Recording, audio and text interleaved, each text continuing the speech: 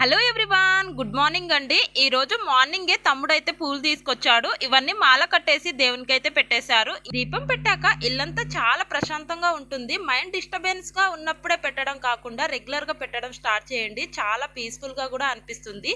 వచ్చేసాయండి. ఈ శారీ గురించి ఎంత మంది ఎంక్వైరీ చేశారో అప్పుడు స్టాక్ అవుట్ అని చెప్పాను. మళ్ళీ రీస్టాక్ అవుతుందో లేదో అనుకున్నాను. ఈ 2 కలర్స్ అయితే అవైలబుల్ గా ఉంది.